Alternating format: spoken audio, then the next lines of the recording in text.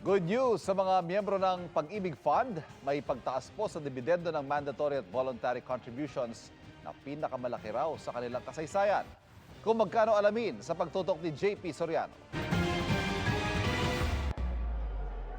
Kung matindi ang pangangailangan, nakakautang sa Pag-ibig Fund ang maintenance service employee na si Marlene. Sulitan niya ang buwan ng kontribusyon.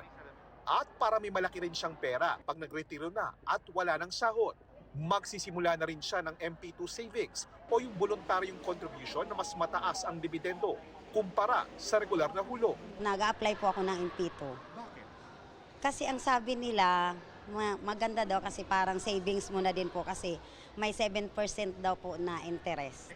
At tuloy-tuloy ang mataas na tubo ng MP2 savings na tumaas pa nitong 2025 kumpara sa 7.10% ng sinundang taon. And the return rate for the Pag-ibig MP2 savings for 2025 is 7.12%! Tumaas din ang dividendo ng mga regular savings o yung mandatory contribution kumpara sa 6.60 rate noong 2024. The dividend rate for Pag-ibig regular savings for 2025 is 6.62%! Ibig sabihin, yung miyembro na may ipon sa Pag-ibig Fund, yung ipon niya, kunwari ay 10,000 pesos, ay kumita yan ng 6.62%. So, 10,000 times 6.62, so 6,620 pesos, di ba? Pag MP2 naman, 7,120. And that is tax-free. Kahit ang mga nangungutang sa Pag-ibig, nakakatanggap pa rin ng dividendo. Kasi yung iniipon ninyo, yun din ang pinapautang namin. Di ba, meron tayong tinatawag na affordable housing program or yung under the expanded pambansang pabahay. Ano interest rate doon? 3%. But even if you are a housing borrower, you still receive that 6.62% dividend. Kumita ka pa, no? Nauna nang inanunsyo ng Pag-ibig Fund na tumaas ng halos 50% ang investment income nila noong 2025, nakatumbas ng 9.43 billion pesos. We will uphold strong governance and prudent stewardship so Pag-ibig Fund remains sustainable and our programs remain affordable because our members are the true owners of Pag-ibig. Sa kabuuan, aabot daw sa 1.23 trillion pesos ang assets ng Pag-ibig Fund noong nakaraang taon. Para sa GMA Integrated News, JP Soriano, nakatutok 24 oras.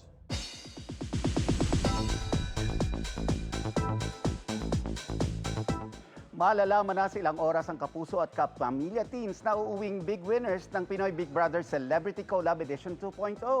At mula sa Quezon City nakatutok live si Athena Interian. Athena. Nelson, mamaya na ang pinakahihintay na announcement ng big winners ng PBB Celebrity Collab Edition 2.0. Ang fans ng Ultimate 8 kanya-kanyang pakita ng suporta sa kanilang mga bias.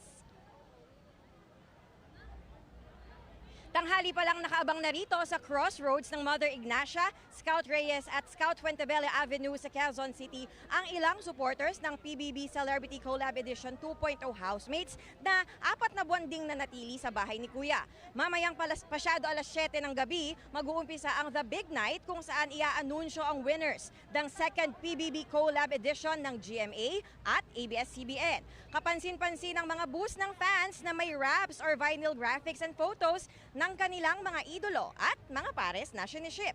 Paikot-ikot din dito sa crossroads ang ilang mobile LED trucks na nagpapalabas ng mga naging aktibidad ng teen celebrity housemates sa loob ng bahay ni Kuya. Malalaman na mamaya ang placements ng Ultimate 8 ng mga kapuso at kapamilya na sina Heath Jornales, Lela Ford, Princess Alia, Crystal Mejes, Caprice Cayetano, Miguel Vergara, Ashley Sarmiento at Joaquin Arce. Of course, si Arwin Ashley Sarmiento. Kasi para sa akin may paninindigan kasi siya at saka may takot sa Diyos. Caprice Ali! Very genuine po at saka pinapakita talaga nila kung sino talaga sila. Bakit si Crystal ang bias mo? Kasi nakita ko sa kanya yung tunay na big winner talaga. Mga kapuso, mapapanood na mamayang 7:50 ng gabi ang huling gabi ng PBB Celebrity Collab Edition 2.0 sa GMA at Kapuso Livestream. Yan ang pinakahuling ulat mula rito sa Quezon City. Nelson? Maraming salamat, Tina Imperial. Salamat Nelson at mga kapuso, tuloy-tuloy po ang ating pagbabalita dito sa 24 Oras Weekend. Sa pagpasok po ng Marso na Fire Prevention Month, muling pinag-iingat ang publiko lalo't sa unang 2 buwan ng taon, tumaas po ang bilang ng mga naitalang sunog. Nakatutok si Von Aquino. Mahigit 10 bahay ang natupok sa Manggal Drive, Barangay Baliwasan, Zamboanga City. 15 pamilya ang apektado. Walang nasaktan.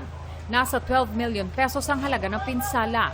Base sa investigasyon, nagsimula ang apoy sa napabayaang nasusunog na basura. Sa datos ng Bureau of Fire Protection mula January 1 hanggang February 27, 2026, mahigit 2,200,000 ang naitalang sunog sa buong bansa. Mas mataas kaysa kaparehong panahon noong 2025. Sa mga nagdaang sunog, problema sa kuryente ang nangunguna sa mga sanhi.